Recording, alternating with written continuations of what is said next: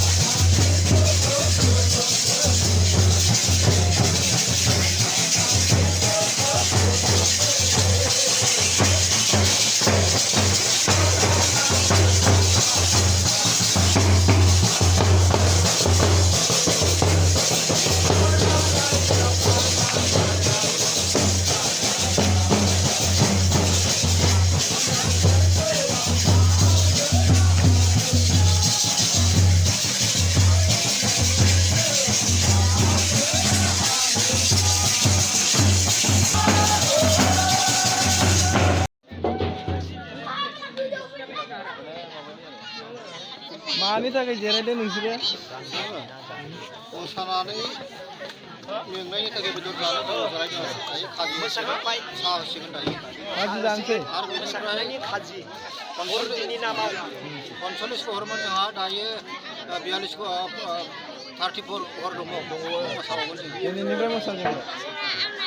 थारायबारिनि जोङो थारायबारि NLC चार्चनि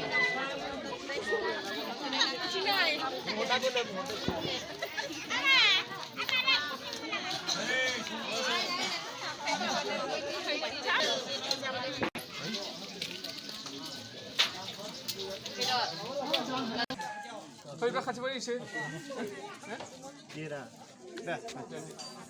दे नै बिराद गोबाव खालामोलै